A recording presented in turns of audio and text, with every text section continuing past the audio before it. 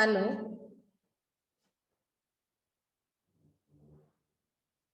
Hello साक्षी, आवाज येतोय proper? हाँ येतोय. आज जरा लाईव्ह ट्राय करून बघूया. हॅलो, जॉईन करतायत का साक्षी बाकीचे? काय माहिती मॅडम करतील. 1-2 मिनिटं थांबूया, वेट करूया. हा हा.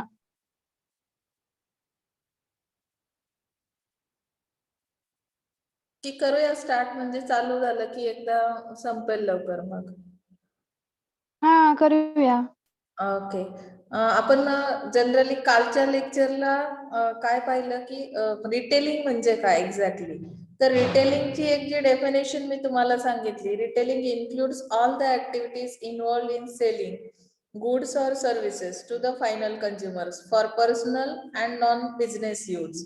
आता यामध्ये तुमच्या लक्षात येईल की रिटेलिंग म्हणजे काय आहे की बाईंग किंवा सेलिंग जे केलं जातं किंवा सेलिंगसाठी ज्या काही ऍक्टिव्हिटीज आहेत, तर त्या ऍक्टिव्हिटीज गुड्स आणि सर्व्हिस रिलेटेड असतील. ते गुड्स आणि सर्व्हिसेस तुम्ही कोणासाठी फॉरवर्ड करणार आहात किंवा डिस्ट्रीब्यूट कोणाला केले जातील, तर कस्टमर साठी असतील. ओके. मग आता कस्टमर साठी जेव्हा तुम्ही पर्सनल यूज साठी किंवा नॉन बिझनेस यूज साठी ते सेल केले जातात. नॉन बिझनेस यूज म्हणजे काय की ते पुन्हा रिसेल करणार नाहीयेत. फायनल कस्टमर जो आहे तुमचा, तर तो काय करेल की कन्झम्पशन करेल त्या प्रोडक्टचं किंवा सर्व्हिसेसचं. येते लक्षात? मग आता यानंतर पुढचा पार्ट तुमचा जो येतो की रिटेलचं मॅनेजमेंट. आपण हा पार्ट पण स्टडी केला मागच्या लेक्चरला. आता ऍक्च्युअली याचे सिग्निफिकन्स काय आहे, सिग्निफिकन्स ऑफ रिटेलिंग. आता सिग्निफिकन्स म्हणजे काय की त्याचं काय इम्पॉर्टन्स आहे रिटेलिंगचं. तर क्रिएशन ऑफ युटिलिटीज, तुम्ही फर्स्ट पॉइंट बघू शकता इथे. तुम्हाला स्क्रीन दिसते ना आयशा? आयशा, साक्षी, हो मॅम. हा स्क्रीनवर दिसतंय ना, पॉइंट्स दिसतात ना? हो. ओके. तर आता इथे creation of utilities. Creation of utilities मध्ये काय दिलंय, retail trade helps meeting the needs of customers in the required assortment at the required place and time. It creates the following utilities. अभी यहाँ पे हम देख सकते हैं आयशा की जैसे यूटिलिटीज प्रोवाइड की जाती है, यानी कि असॉर्टमेंट की जाती है यहाँ पे प्रोडक्ट्स की या सर्विसेज की। तो जिस तरह से कस्टमर डिमांड कर रहा है, तो कस्टमर को उसी डिमांड के हिसाब से एज पर रिक्वायरमेंट हम लोग क्या करेंगे, ये यूटिलिटीज प्रोवाइड करेंगे। तो यहाँ पे रिटेलिंग क्या करता है, कौन सी यूटिलिटी है? फर्स्ट यूटिलिटी है फॉर्म यूटिलिटी। ओके। तो फॉर्म यूटिलिटी के अंदर क्या दिया है कि this means making the product available to the customer in the form that they demand and is acceptable to them. यानी कि हर एक प्रोडक्ट का एक फॉर्म रहता है, किस फॉर्म में आपको प्रोडक्ट अवेलेबल होना चाहिए। जैसे हम लोग देखते हैं ना कभी कभी बिग साइज बिग पैकिंग में भी रहता है, फैमिली पैक्स आपको पता है ना, तो सिंगल एक प्रोडक्ट चाहिए या फैमिली पैक उन्हें चाहिए, तो जिस फॉर्म में वो प्रोडक्ट अवेलेबल होना चाहिए उसी फॉर्म में कस्टमर के लिए वो प्रोडक्ट क्या किया जाता है, अवेलेबल किया जाता है रिटेलर्स के through. That means it is a form utility. And retailer stores variety of goods and provides the customers with the assortment. यहाँ पे असॉर्टमेंट के बारे में बहुत बार बताया गया है कि रिटेलिंग के अंदर असॉर्टमेंट की जाती है, यानी कि कोई भी एक प्रोडक्ट है, किसी एक फॉर्म के अंदर बहुत सारे वैरायटी प्रोडक्ट्स रहते हैं, यानी कि उसकी साइज शेप के अंदर डिफरेंस रहेगा, कलर के अंदर डिफरेंस हो सकता है या फ्लेवर में डिफरेंस हो सकता है। तो इस तरह से वो असॉर्टमेंट की जाती है, यानी कि बहुत बढ़िया लिस्ट यहाँ पे प्रोडक्ट्स की या सर्विसेज की हो सकती है। ओके, समजते इथपर्यंत आयशा? आयशा, हो. जाऊया पुढे साक्षी. हा. ओके. टाइम युटिलिटी हा सेकंड पार्ट आहे. टाइम युटिलिटी मध्ये काय केलं जातं, मग आपण रिटेलिंगचा जर विचार केला तर customer demand for products varies depending on the weather, holiday season और एवरीडे वांट्स एंड नीड्स। यानी कि यहाँ पे टाइम के हिसाब से जो डिमांड आ रही है कि मार्केट का जो कस्टमर है आपका वो किस तरह से डिमांड कर रहा है, कौन से टाइम में वो प्रोडक्ट्स उसके लिए अवेलेबल होना जरूरी है, या वेदर के हिसाब से या हॉलिडे सीजन के हिसाब से, यानी कि कुछ प्रोडक्ट सीजनल भी होते हैं ना, तो उस तरह से जिस तरह से डिमांड चेंज हो जाएगी उसी तरह से उसी टाइम पीरियड के अंदर रिटेलर्स को क्या करना है, वो कस्टमर के लिए प्रोडक्ट्स अवेलेबल करने हैं. So that is the time utility. Retailer ensures the product is available when the customer wants it. Okay. Third है आपका place utility. Retailers make it easier for the consumers to purchase items as opposed to driving to a factory or warehouse where the products are manufactured or stored. यानी कि यहाँ पे place किस तरह की होना जरूरी है. नियर बाय प्लेस पे अगर आपका रिटेलिंग का शॉप है तो शायद वो असेसिबल है या अफोर्डेबल है कस्टमर के लिए, तो यहाँ पे वो भी सोचना बहुत जरूरी है. आगे हम देखने वाले कि रिटेलिंग की जो शॉप है या लोकेशन रहता है उसके हिसाब से हमें स्टडी करना है कि रिटेलिंग का जो शॉप है लोकेशन के अंदर कितने सारे पॉइंट्स है. तो यहाँ पे प्लेस यूटिलिटी के हिसाब से consumer find what they need in a place conveniently located near their home और वर्क. यानी कि कस्टमर जो आहे तो कुठल्या प्लेसला वर्क करतो किंवा त्याचं घर कुठे आहे, त्याच्या नियर बाय प्लेसला तुम्ही जर अशा पद्धतीच्या सर्व्हिसेस किंवा प्रोडक्ट्स अवेलेबल केले तर कदाचित काय होईल, कस्टमर सॅटिस्फाईड होईल. त्यानंतर सांगितलंय today they can get almost all products deliver at home at just a click of mouse. यानी कि डिलीवरी किस तरह की है. प्लेस यूटिलिटी यानी कौन से भी प्लेस पे आप अगर ऑर्डर कर रहे हो तो विद इन कुछ हावर्स आपको वो सर्विस प्रोवाइड की जाती है. यानी कि क्लिक पे यानी क्या बताया कि जो टेक्नोलॉजी का यूज हम कर रहे हैं तो ऑनलाइन शॉपिंग वगैरह जो की जाती है तो उसके हिसाब से भी वो प्रोडक्ट्स अवेलेबल किए जाते हैं. सो नेक्स्ट आपका जो सिग्निफिकेंस है ओनरशिप. अभी एंजॉय करते हैं ना आप ओनरशिप, एक बार एक प्रोडक्ट परचेज किया तो ये मेरा प्रोडक्ट है बोलते कि नहीं आप लोग, तो यहाँ पे भी उसी तरह की ये यूटिलिटी है, possession utility. Ownership utility is created when the consumer purchase the product and have the freedom to use the product as it was intended और finding a new use for the product. यानी कि आप customer को सोचना है कि एक बार आपने परचेज किया तो वो प्रोडक्ट आपका होगा, यानी ओनरशिप आपके हाथ में. तो कंजम्पशन किस तरह से करना है, एक ही दिन में फिनिश करना है या कितने लॉन्ग आवर्स तक, जब तक उसकी एक्सपायरी डेट है तब तक यूज करना है, वो आप लोग यानी कि कस्टमर को सोचना है. यानी आप क्या कर सकते हो, यहाँ पे फुल फ्रीडम है आपके लिए प्रोडक्ट के बारे में. तो customer purchase a product and have the freedom. Okay. Next आपका जो दिया है पॉइंट क्रिएट अ वैल्यू. अभी creation of utilities first point था सिग्निफिकेंस के अंदर. क्रिएट अ वैल्यू के अंदर दिया है providing N assortment of products and services. उसके अंदर हम देख सकते हैं कि वैल्यू कैसे क्रिएट की जाती है. वैल्यू क्रिएट करने के लिए आपको क्या करना है एज अ रिटेलर, आपका रोल क्या होगा. तो यहाँ पे उन्होंने बताया big retail outlets like supermarkets carry numerous assortments made by different companies. यानी कि सुपरमार्केट्स में किस तरह की असॉर्टमेंट रहती है.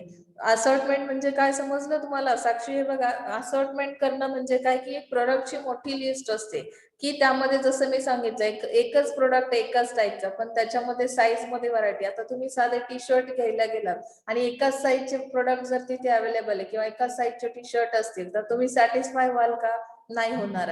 मग तुम्हाला काय केलं जातं की वेगवेगळ्या साईज मध्ये तो प्रोडक्ट अवेलेबल केला जातो, वेगवेगळ्या कलर मध्ये ते टी शर्ट असतील, तर ज्या पद्धतीने कस्टमर येईल म्हणजे त्याची जी साईज असेल किंवा त्याला ज्या पद्धतीचे कलर्स कॉम्बिनेशन अपेक्षित असेल त्यानुसार तो काय करेल, चॉईस करेल त्या असॉर्टमेंट मधून. म्हणजे तुमचं जे काही रिटेलिंगचं शॉप आहे त्याची एक व्हॅल्यू क्रिएट होते की इथे आपल्याला व्हरायटी बघायला मिळते. जर तुम्हाला एखाद्या शॉप मध्ये गेलात आणि फक्त एकच पीस आहे आमच्याकडे अवेलेबल एकाच कलर मध्ये, तर आपण लगेच चूज करतो का, नाही. जनरली कस्टमरचा अप्रोच कसा असतो किंवा व्ह्यू कसा असतो, तर त्यांना व्हरायटी बघायला मिळाली पाहिजे. एक साडी घ्यायची असेल, जनरली तुम्ही लेडीजच्या बाबतीत बघू शकता की त्यांना 50 साड्या दाखवाल व्हरायटी, तेव्हा त्यातून एक सिलेक्ट करतील. ओके नाही.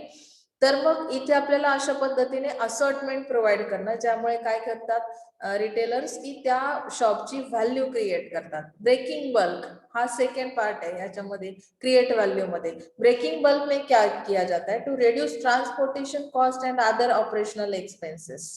यानी कि यहाँ पे ट्रांसपोर्टेशन कॉस्ट को रिड्यूस किया जाता है. Manufacturers and wholesalers ship goods in large quantities to retailers, and retailers then offer the products in smaller quantities tailored to individual consumers and households and consumption pattern and activity called the breaking bulk. यहाँ पे जो bulk है, bulk quantity में product available किया जाता है retailers के लिए. जो मैन्युफैक्चरर्स है, जो प्रोडक्शन करते हैं, तो वो क्या करते हैं कि at a time large quantity या बिग क्वांटिटी में वो प्रोडक्ट्स रिटेलर्स को डिस्ट्रीब्यूट किया जाता है. उसकी वजह से आपकी ट्रांसपोर्टेशन कॉस्ट कम हो जाती है. बराबर है ना. अगर बार बार आप ट्रांसपोर्ट कर रहे हो तो ट्रांसपोर्टिंग का आपका एक्सपेंस बढ़ता है, तो वो एक्सपेंस यहाँ पे कम किया जाता है. और रिटेलर का रोल क्या है कि retailer as per customer demand, customer की डिमांड जितनी है स्मॉल क्वांटिटी में वो कस्टमर के लिए प्रोडक्ट अवेलेबल करता है. तो यहाँ पे क्या हुआ कि जो बड़ा बल्क था, बिग बल्क था, वो ब्रेक किया गया. किसके थ्रू? रिटेलर्स के थ्रू.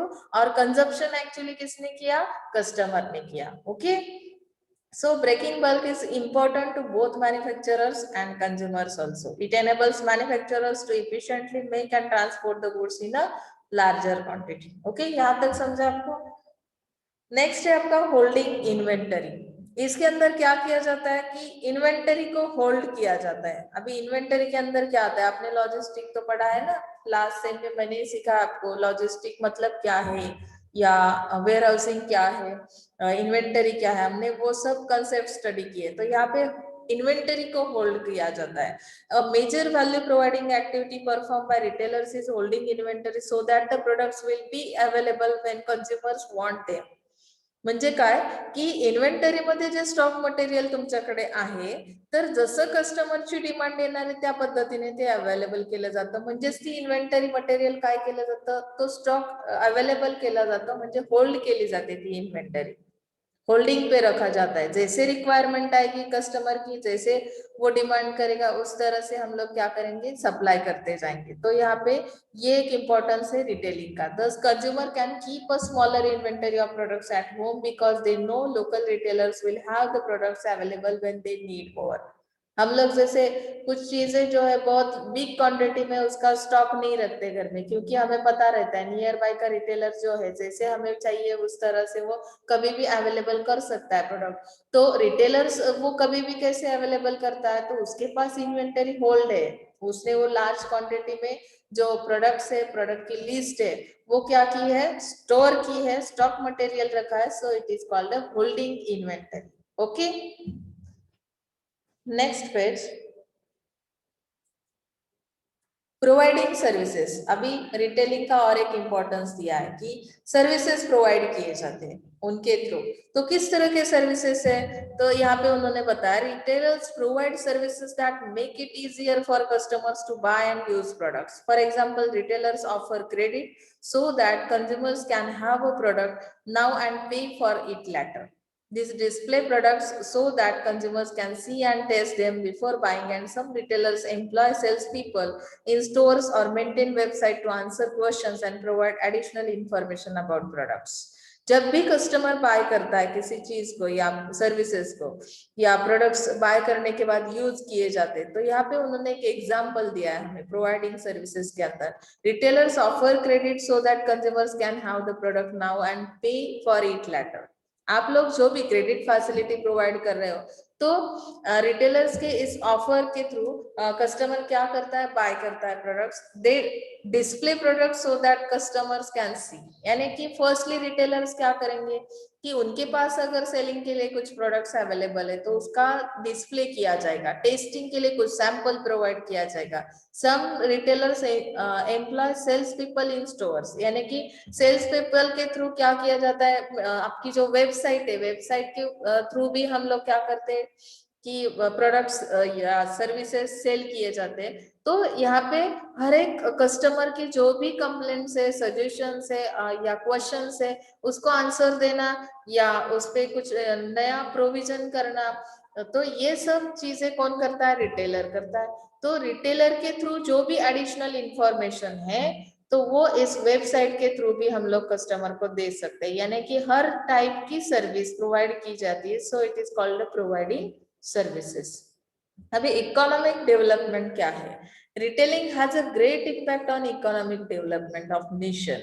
अभी रिटेलिंग की वजह से इकोनॉमिक डेवलपमेंट होती है, तो किस तरह से होती है? Retailing has become an intrinsic part of our daily lives. Consumer spending on retail goods drives much of the global economy and the retail industry employs a large number of people. यानी कि retail industry अभी small scale पे नहीं चल रही है. जैसे कि हमने इंडिया में जो रूरल मार्केट है वो भी स्टडी किया लास्ट सेम में, यानी की आप जब SY में थे, तर त्यामध्ये आपण बऱ्याचशा गोष्टी पाहिल्या की इकॉनॉमिक ग्रोथ होण्यासाठी कुठले कुठले फॅक्टर्स रिस्पॉन्सिबल आहेत. इथे तुम्हाला जर याचा विचार केला तुम्ही रिटेलिंगचा, तर रिटेलिंग ही आता खूप साध्या स्मॉल स्केलवर नाही चालत, तर त्यामध्ये सुद्धा बरीचशी डेव्हलपमेंट झालेली आहे. त्यामध्ये त्यांनी सांगितलं की retailing is one of the most important industries in the world. याची एक बिग इंडस्ट्री तयार झाली and plays a predominant role in economic development of the country. म्हणजे त्याचा रिटेलिंगचा जो मेन रोल आहे की रिटेलिंगमुळे ज्या पद्धतीने सेल केले जातात प्रोडक्ट्स किंवा कस्टमरच्या रिक्वायरमेंट्स, जिस तरह से हम लोग क्या कर रहे हैं, रिक्वायरमेंट्स कंप्लीट कर रहे हैं, तो सेलिंग बढ़ रहा है. ऑब्वियसली हम लोग रिटेलिंग में भी ग्रोथ स्टेज पे, तो इकोनॉमिक डेवलपमेंट पे कंट्री की क्या होता है, उसका इम्पैक्ट होता है.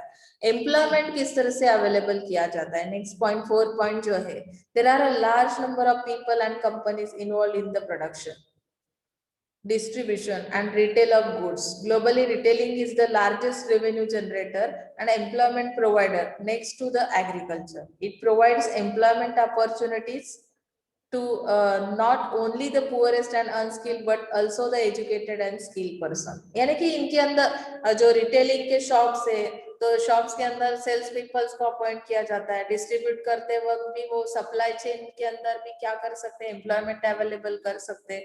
तो जो एम्प्लॉयमेंट प्रोवाइडर है यानी कि अपॉर्चुनिटीज है, तो ये रिटेलिंग के थ्रू हमें मिलते हैं. तो इसके लिए ये भी एक इसका इम्पोर्टेंस है.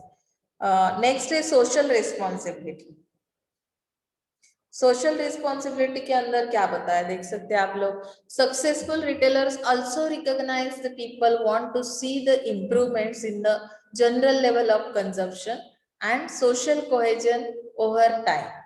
तो यहाँ पे उन्होंने बताया कि इम्प्रूवमेंट किस तरह से हो रही है, या कंजम्पशन पैटर्न आपका जो है वो किस तरह से चेंज हो रहा है. ग्लोबलाइजेशन का इम्पैक्ट है, IT का इम्पैक्ट है. तो इसकी वजह से क्या हो रहा है कि पीपल्स जो है, तो उनकी कंजम्पशन पैटर्न के अंदर चेंज आ रहा है, क्योंकि उनका स्टैंडर्ड ऑफ लिविंग भी चेंज हो रहा है.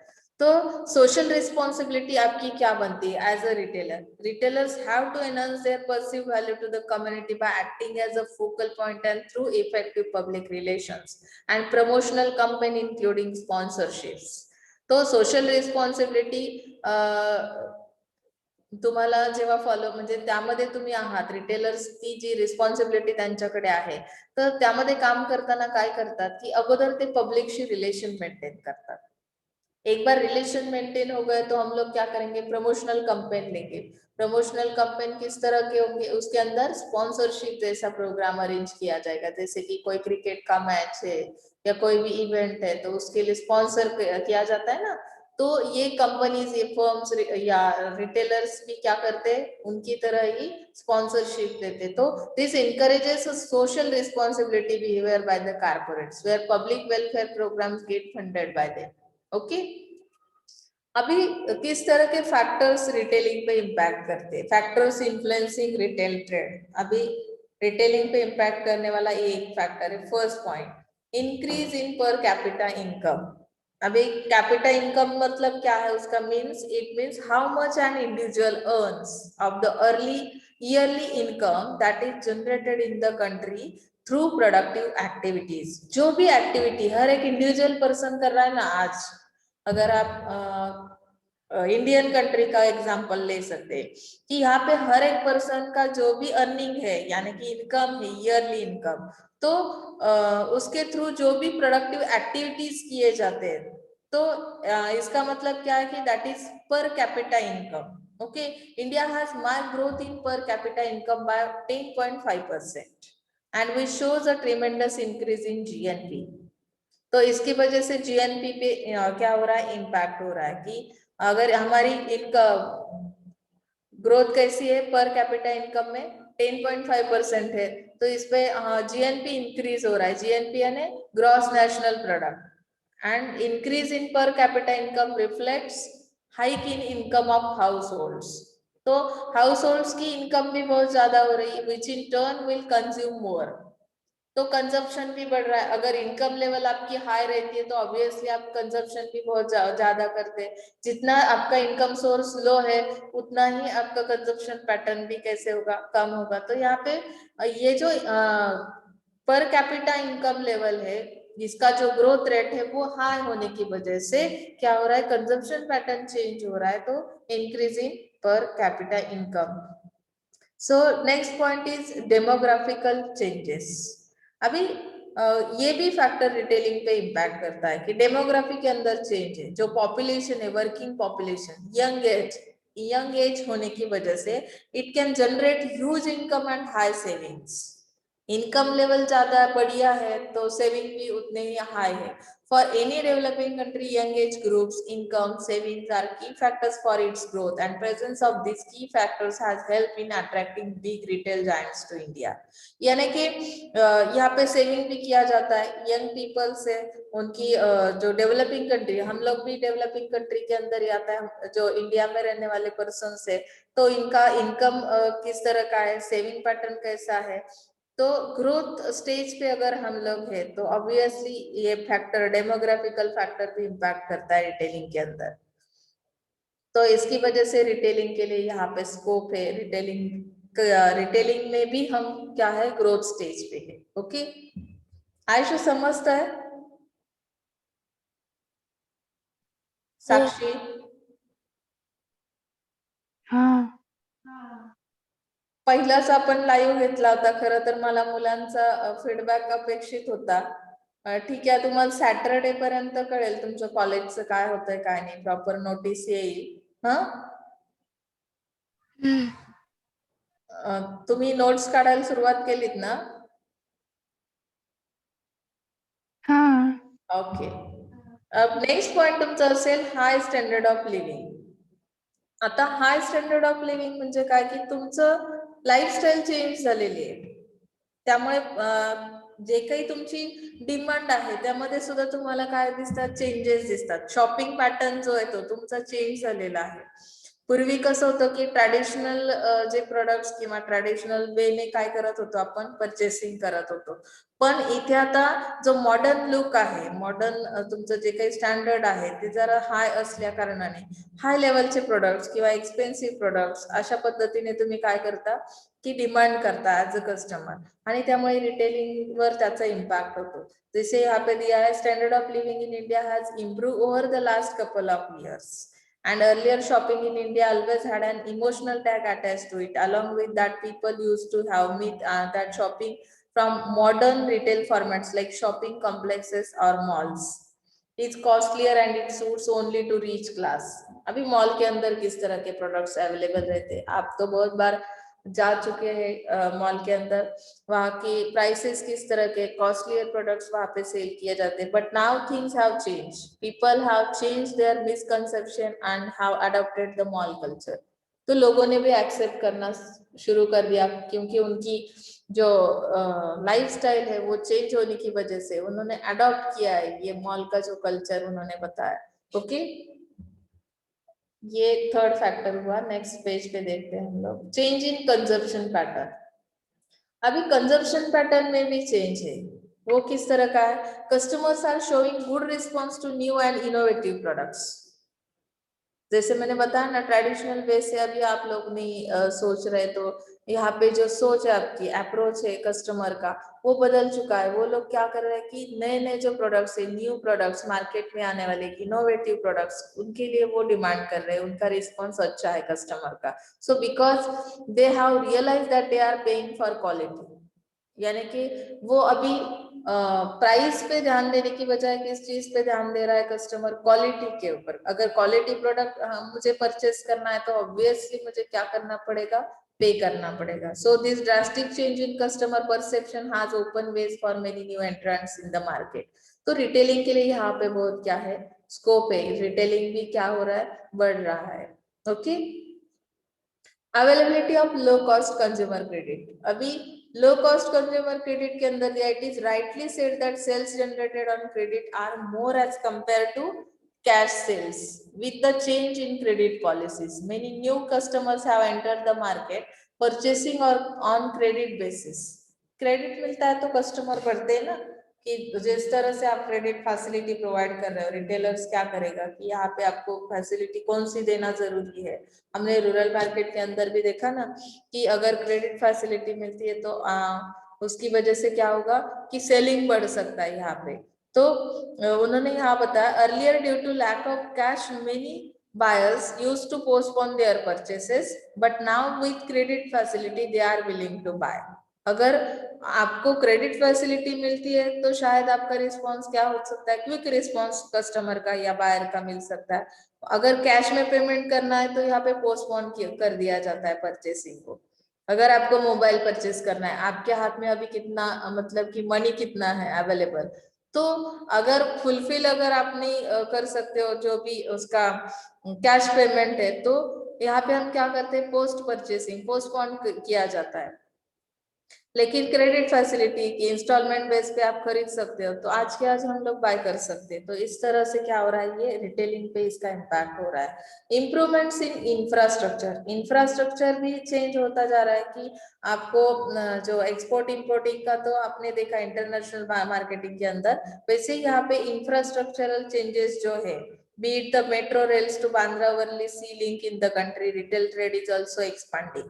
अगर आने जाने के लिए आपको फैसिलिटी मिलती है या उस तरह का आपका इंफ्रास्ट्रक्चर है कंट्री का, तो ऑब्वियसली एक जगह से एक प्लेस से मूव किया जा सकता है प्रोडक्ट को दूसरी प्लेस पे, और विद इन कुछ सेकंड के अंदर भी आपको प्रोडक्ट अवेलेबल किया जाता है with huge infrastructure spending which has entered the country in the form of FDI. More retail giants have proposed to enter Indian market as it looks more promising now. हमारा infrastructure जिस तरह से develop हुआ है, तो यहाँ पे FDI के लिए बहुत क्या है कि स्कोप है, क्योंकि FDI के थ्रू क्या करता है कि फॉरेन कंट्रीज भी यहाँ पे इन्वेस्टमेंट कर सकते हैं। तो इंडियन मार्केट जो है, तो यहाँ पे रिटेल मार्केट भी क्या हो रहा है, बढ़ रहा है, ग्रोथ हो रही है उसकी। Okay, entry to various sources of financing, अभी सोर्सेस फाइनेंसिंग की जो है वो बढ़ रहे हैं, फाइनेंशियल असिस्टेंस अवेलेबल हो रहे हैं। तो बैंक लोन देती है, FDI जो है वो इन्वेस्टमेंट कर रहा है। तो यहाँ पे उन्होंने बताया FDI in retail was difficult but later on it was found that retailing is generating very high rate of employment. Retailing की वजह से आपको क्या हो रहा है कि एम्प्लॉयमेंट अवेलेबल हो रहा है। FDI route and also the regulations were simplified. And last point है टेक्नोलॉजी, 7 या 8 पॉइंट्स लिखे तो भी चलेगा इसके अंदर। सिग्निफिकेंस के अंदर टेक्नोलॉजी है, कंज्यूमर प्रेफरेंस है, सोशल मीडिया है, इसकी वजह से क्या हुआ है कि रिटेलिंग के बिजनेस पे इसका इम्पैक्ट हो रहा है। ओके, कंज्यूमर प्रेफरेंस देता है मतलब क्या करता है, यहाँ पे शिफ्ट हो रहा है ना, एक जो पुराने वाले प्रोडक्ट्स थे तो उसे छोड़ के हम लोग न्यू इनोवेटिव प्रोडक्ट्स परचेज कर रहे हैं, तो ऑब्वियसली रिटेलिंग पे इसका इम्पैक्ट हो रहा है। ओके, तो नेक्स्ट पॉइंट है आपका स्कोप। स्कोप किस चीज में है, तो स्कोप ऑफ रिटेल मैनेजमेंट के अंदर बताया कि जो फंक्शंस किए जाते हैं रिटेलर्स के थ्रू, तो उसके अंदर क्या है कि स्कोप है। नौशाद आवाज येतोय? नौशाद? हा मॅम येतोय. हा हा, इतका लेट का रे जॉईन केलंस? नाही मॅम, थोडं काम होतं ना, ते करत होतो. ओके ओके, ठीक आहे, कंटिन्यू करतो आपण। स्कोप ऑफ रिटेल मॅनेजमेंट, यामध्ये फंक्शन्स रिटेलर्स जे करतात, आता फंक्शन्स म्हणजे कुठली कामं करतात, ते मर्चंडायझिंग करणं। मर्चंडायझिंग मध्ये काय केलं जातं, merchandising and buying is the key function for any retailer as this department is responsible for the procurement of merchandise. खरेदी करणं ज्याला आपण म्हणतो, प्रोक्युरमेंट म्हणजे काय की एखादा प्रोडक्ट परचेस करणं, तर to be sold in the stores by sourcing it from vendors और मॅन्युफॅक्चरर्स। म्हणजे आता जो सोर्स तुमचा कुठला आहे मर्चंडायझिंगचा, की वेंडर्स आहेत किंवा मॅन्युफॅक्चरर्स आहेत। रिटेलर हैज टू परफॉर्म की task like selection of vendors. अभी रिटेलर्स क्या करता है कि फाइनल कस्टमर को सेल करता है प्रोडक्ट, लेकिन उसका फर्स्ट जो टास्क है वो क्या है कि सिलेक्शन ऑफ वेंडर्स, वेंडर्स को सिलेक्ट करना है, costing of merchandise procure and allocation of merchandise to the stores, यानी कॉस्टिंग को फिक्स करना है, मर्चेंडाइज जो परचेस करने हैं फर्स्ट उसे क्या करना होगा कि वेंडर्स के थ्रू वो प्रोडक्ट्स परचेस करने होंगे, उसके बाद वो अलोकेट किए जाएंगे, स्टोर्स के अंदर अलोकेशन होगा, और developing distribution plans and calculating gross margin. तो डेवलपिंग डिस्ट्रीब्यूशन यानी डिस्ट्रीब्यूशन चैनल्स को भी सिलेक्ट करना पड़ता है कि जिनके थ्रू हम लोग क्या करते हैं, सप्लाई करते हैं कस्टमर के लिए प्रोडक्ट्स को। तो मर्चेंडाइजिंग के अंदर जितने सारे एक्टिविटीज फंक्शंस हम लोग कर रहे हैं, तो यहाँ पे स्कोप है रिटेलिंग को। मार्केटिंग है, मार्केटिंग भी तो एक फंक्शन है रिटेलिंग का। तो retailing in retail marketing functions में भी सेंट्रलाइज एंड में include different departments like advertising, sales promotion, public relations. Marketing function looks at the ways of understanding the customer, यानी कि मार्केटिंग के अंदर क्या किया जाता है, ओनली एडवर्टाइजिंग किया जाता है नहीं ना। तो एडवर्टाइजिंग के बाद आता है आपको सेल्स प्रमोशन देना है, पब्लिक के साथ रिलेशन मेंटेन करना है। Marketing function looks at the ways of understanding the customer and his behaviour. जैसे हमने सीबी स्टडी किया ना, तो सीबी के अंदर क्या दिया था कि सीवी अगर आपको पता है, कस्टमर बिहेवियर के बारे में पता है, कस्टमर को आप जानते हैं, अंडरस्टैंड करते हैं, तो उसके बाद हम क्या कर सकते हैं, उन्हें टारगेट कर सकते हैं। जो हमने सेगमेंटेशन, टारगेटिंग, पोजिशनिंग स्टडी किया लास्ट ईयर में, तो वही हमें यहाँ पे क्या करना है, मार्केटिंग करते वक्त ध्यान में रखना है कि कौन सा ग्रुप है, कौन सा सेगमेंट है, किस तरह से टारगेट करना है, कौन से वक्त में उसे टारगेट करना है, टाइम पीरियड कौन सा होगा, तो बाइंग पैटर्न क्या है उस ग्रुप का।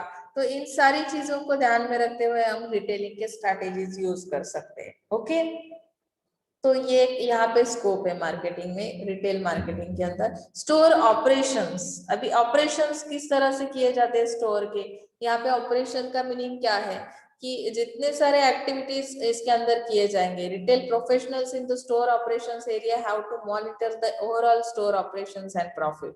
They may occupy positions including head of the store operations, regional manager and district manager, यानी कि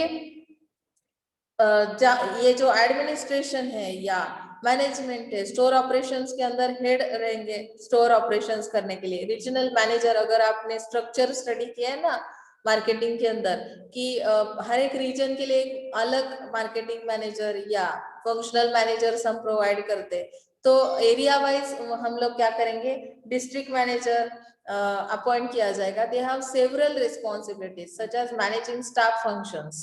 तो अभी स्टाफ कौन सा फंक्शन करेगा, इसके लिए मैनेज करने के लिए उन सारी चीजों को क्या करना पड़ता है, मैनेजर्स अपॉइंट करने पड़ते हैं। तो उनकी रिस्पॉन्सिबिलिटी ये है कि हैंडलिंग अ डिपार्टमेंट और अ फ्लोर और एंटायर स्टोर और may be a group of stores.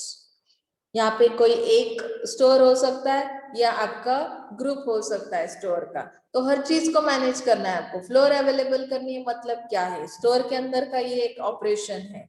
Store में जितना फ्लोर अवेलेबल होता है उसके अंदर क्या होता है, कस्टमर की एंट्री होती है, एग्जिट होता है। कस्टमर अगर कंफर्ट फील करता है आपके रिटेलिंग शॉप के अंदर, तो ही शायद वो रीपर्चेसिंग के लिए आ सकता है। तो ये सारा जो ये सारी रिस्पॉन्सिबिलिटी किसकी है कि ये मैनेजर्स की है। तो ये जो स्टोर ऑपरेशंस है, यहाँ पे भी क्या है कि स्कोप है रिटेलिंग के अंदर। ओके, ह्यूमन रिसोर्स मैनेजमेंट ये भी एक फंक्शन है रिटेलिंग का कि HRM यानी कि आपको मैनेज करना है एम्प्लॉय को। किस तरह से मैनेज किया जाता है कि रिक्रूटमेंट और सिलेक्शन जो प्रोसेस है, आप HRM पढ़ चुके हैं या नहीं पता नहीं इस सेमेस्टर में आपको। तो HRM के अंदर हम लोग क्या करते हैं, hire employees to broader areas like identifying trading needs at various levels within the organisation and designing and implementing the programmes. Retail is a people-focused business and calls for long working hours at both the front and back end. Retailing के अंदर क्या किया जाता है, फिर retailing किस चीज पे फोकस करता है कि लॉन्ग आवर्स के लिए उन्हें एम्प्लॉय चाहिए और बैक एंड और फ्रंट एंड दोनों के लिए चाहिए। मतलब फ्रंट ऑफिस जो है आपका, वहां पे भी ट्रेनिंग दिया हुआ एम्प्लॉय चाहिए जिसके पास वो स्किल है, टेक्निकल स्किल, जिसकी वजह से वो क्या कर सकता है, वो जॉब अपॉर्चुनिटी ले सकता है। तो ये भी ह्यूमन रिसोर्स मैनेजमेंट करना रिटेलिंग के अंदर आता है, क्योंकि रिटेलिंग का ये फंक्शन है। ओके, सेल्स क्या है, generally sales are considered as a part of store operations, यानी कि स्टोर के ऑपरेशन के अंदर ही सेलिंग आता है। मुझे मैनेज करना है, सेल्स मैनेजमेंट करना है, तो कैसे किया जाएगा? Areas in sales include responsibilities of sales associate, cashier, stock store stock associate and stock receiver. यानी कि किस तरह से मुझे स्टॉक अवेलेबल करना है, स्टॉक को सप्लाई, स्टॉक का सप्लाई करना है, तो मेरा जो सेल्स स्टाफ है वो क्या करेगा? इन सारी चीजों को मैनेज करेगा। यानी कि इन्वेंटरी में कितना स्टॉक होना चाहिए, मार्केट से कस्टमर की डिमांड कितनी आती है, एज पर डिमांड सप्लाई करना, ये जो रिस्पॉन्सिबिलिटी है सेलिंग की, तो वो जो रिटेलिंग है, रिटेलिंग के अंदर ये भी फंक्शन किया जाता है। Okay, next page, accounting and finance, ये भी एक फंक्शन है रिटेलिंग का। अकाउंटिंग करना या finance function, it functions like accounting for income and paying expenses, compiling and maintaining finance records, money management and cash flow control, banking, credit policies, etc. and auditing of stores for merchandise and money is another responsibility of this department. मतलब account और finance related जितने सारे operation store के अंदर किए जाते हैं, उन सारी चीजों का एक फाइनेंशियल रिकॉर्ड बनाना, मनी मैनेजमेंट करना, कैश फ्लो को कंट्रोल करना, या क्रेडिट पॉलिसी जो है वो डिसाइड करना। क्योंकि हमारा एक बजट रहता है। देखो, जब भी आप इसमें जाते हो ना बिजनेस करने के लिए, तो फर्स्टली आपको क्या करना पड़ेगा? You have to must to prepare a plan. जसं प्लॅनिंग शिकलात की नाही तुम्ही फर्स्ट इयरला, की प्लॅनिंग, ऑर्गनायझिंग, डायरेक्टिंग, तर हे जर प्रॉपर असेल तर बाकीचं मॅनेजमेंट ऑटोमॅटिकली तुम्हाला समजतं, की मला जर बजेट बनवता आलं की कुठल्या गोष्टीसाठी किती एक्सपेन्स लागेल. सपोज मला सप्लाय करायचंय माझं प्रोडक्ट मार्केटमध्ये कस्टमरला, तर मग ते करण्यासाठी मी कुठला चॅनल यूज केलेला आहे, त्या चॅनलवर माझे एक्सपेन्सेस किती असतील. अगर आपकी कॉस्ट कम है तो प्राइस कैसे हो सकती, कम हो सकती है, लेकिन कॉस्ट के अंदर ही गडबड आहे. कॉस्ट बहुत ज्यादा है. कोणती गोष्ट तुम्हाला बनवण्यासाठी येणारी जी कॉस्ट असते प्रोडक्ट बनवण्यासाठी, ती जास्त झाली की मग तुमची प्राइस पण वाढते आणि त्या पद्धतीने तुमचं पुढच्या गोष्टींचं बजेट असतं सगळं. तर हे सगळं रेकॉर्ड मेंटेन करण्याचं सुद्धा फंक्शन रिटेलिंगचं आहे. त्यामध्ये खूप स्कोप आहे त्या गोष्टींना. मग हे डिपार्टमेंट त्या पद्धतीने मॅनेजमेंट करतात. टेक्नॉलॉजी आणि ई कॉमर्स हा पण एरिया रिटेलिंग मध्ये येतो, की टेक्नॉलॉजीचा वापर करून कशा पद्धतीने तुम्ही ट्रेनिंग प्रोव्हाइड करताय तुमच्या सेलिंग स्टाफला किंवा तुमच्या एम्प्लॉईजला. तुम्ही HRM म्हणजे ह्युमन रिसोर्स मॅनेजमेंट पण करणार आहात ना रिटेलिंग मध्ये. सो या सगळ्या गोष्टी ज्या टेक्नॉलॉजी रिलेटेड आहेत, त्यासाठी सुद्धा तुम्हाला स्कोप असेल रिटेल मॅनेजमेंट मध्ये. कारण की तुम्हाला ऑर्डर्स फुलफिल करायच्या. लास्ट सेंटेन्स तुम्ही बघताय, retailer who has a presence in the e commerce segment may also look for individuals who may be responsible for strategy development. यानी कि जो भी स्ट्रेटेजी आप डेवलप कर रहे हो as a retailer, marketing strategies रहते हैं ना, तो उसे डेव्हलप करते वक्त या प्रोक्युरमेंट ऑफ मर्चंडाइज याने जी खरेदी केली जाते प्रोडक्ट्सची, and the fulfilment of orders, online अगर आपके जो ऑर्डर्स आते तो उसे फुलफिल करना यानी सप्लाई करना उतना product, and payments as a specific areas, payment किस तरह से आप कर रहे हो, तो ये सारी जो प्रोविजन है वो ई कॉमर्स के अंदर आती है. तो ये जो फंक्शन है ये भी रिटेलिंग का एक फंक्शन है, इसमें भी स्कोप है. ओके, आणखी जास्तीचे पॉइंट्स पण आहेत. Supply of information, risk bearing, आपल्यासाठी मिनिमम 7 पॉइंट्स तुम्ही लिहिलेत तरी सुद्धा चालतील. ओके, आता इथे आपण आजच्यासाठी इथपर्यंतच थांबतोय. कोणाला काही अडचण असेल तर विचारा, 1-2 मिनिटं घेऊया. नम्रता, खूप लेट जॉईन केलंस. हॅलो हॅलो, काही शंका असतील तर प्लीज विचारा, नसेल तर मग मी थांबते इथे. ओके,